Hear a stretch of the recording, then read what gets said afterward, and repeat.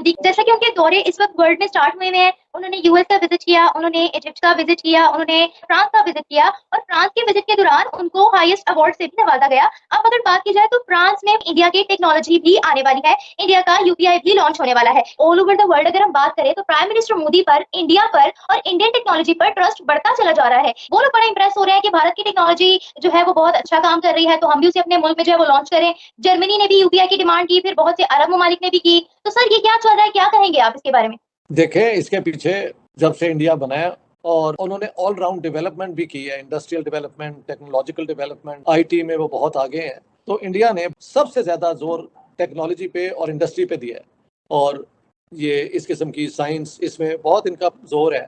Technology इनकी अपनी शुरू से, जब हिंदुस्तान बना था तो इन्होंने अपनी टेक्नोलॉजिकल बेस, सोवियत यूनियन ने मदद की तो इन्होंने अपना इंफ्रास्ट्रक्चर बनाया और वो इंफ्रास्ट्रक्चर अब जो मैंने अब आज के देखा है वो बहुत फैल गया है। मॉडर्न रोड्स, सारी चीज़ें जो हैं वो बिल्कुल आज की दुनिया के स्टैंडर्ड के मुताबिक हो रही हैं।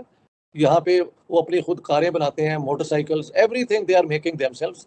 और कई चीज़ों में उन्होंने एडवांस चीज़ें भी की हैं। मसलन अब कोई हाइड्रोजन ड्रिवन कारें भी आएंगी। सो देखें ना, India is a major country in the world और 75 साल में उन्होंने अपनी रेपुटेशन बिल्ड की है और उसी की बुनियाद पे मेरे ख्याल से ये सारा कुछ हो रहा है।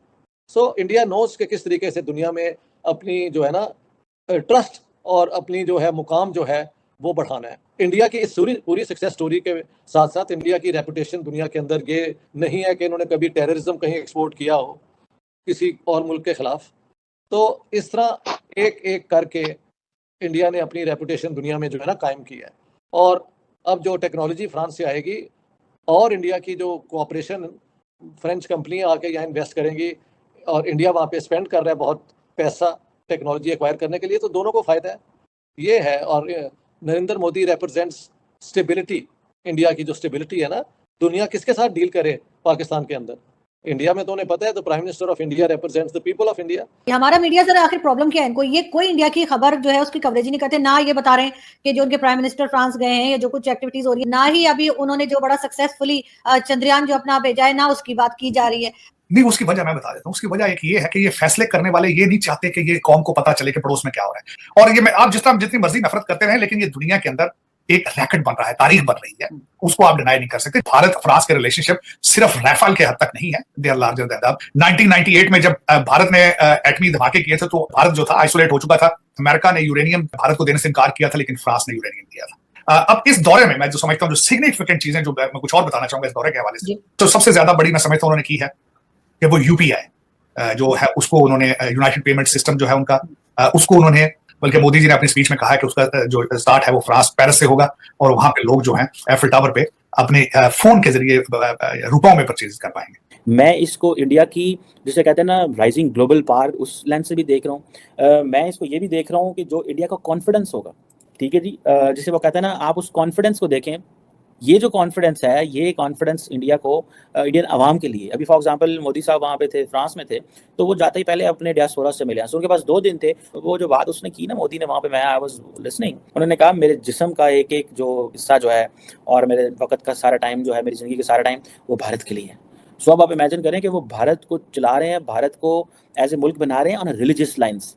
मतलब वो समझते हैं कि जितना मेरा मजहब ज़रूरी है, उतना ही मेरा जो भारत को ऊपर लेके जाना ज़रूरी है। कि वो समझते हैं this is my religious duty, जिससे वो कहते हैं ना, डू इट रिलीजियसली, समथिंग एक होता है मुहावरा, हम अंग्रेजी में इस्तेमाल करते हैं कि किसी चीज़ को ट्रू लेटर एंड स्पिरिट में करना। सो भारत की ये जो सरकार बैठी हुई है, ये रिलीजियसली करते हैं। अगर आपको याद हो कि डॉक्टर जयशंकर जो है, वो अपनी फॉरेन पॉलिसी को जो है वो अपने हिंदू लेंस एक्सप्लेन करने की कोशिश करते हैं। सो ये जो चीज़ें हैं, वो कहते हैं कि ये हमारी ड्यूटी है, हमारा मुल्क ही हमारा मजहब है। सो वो जो उसका जो नक्शा है या उसकी जो टेरिटरी है, they are taking it into that direction. तो देखा आपने किस तरह से पाकिस्तान मीडिया भारत के बढ़ते हुए इन्फ्लुएंस से घबराया हुआ है और वह अपने न्यूज़ चैनल्स के ऊपर भारत के बारे में खबरें दिखाना भी बंद कर दिया है। लेकिन जो सोशल मीडिया है उसके ज़रिए खबरें बाहर निकल के आती रहती हैं और उस पर तो पाकिस्तान मीडिया का जोर चलता नहीं है, या न पाकिस्तान सरकार का भी जोर नहीं चलता है। और मोदी जी का फ्रांस दौरा इतना सक्सेसफुल है, वहाँ के इन्वेस्टर यहाँ पे आकर के अपना काम कर रहे हैं और काम करने के लिए राज़ी हो रहे हैं, तो इसीलिए पाकिस्तान बौखलाया हुआ है।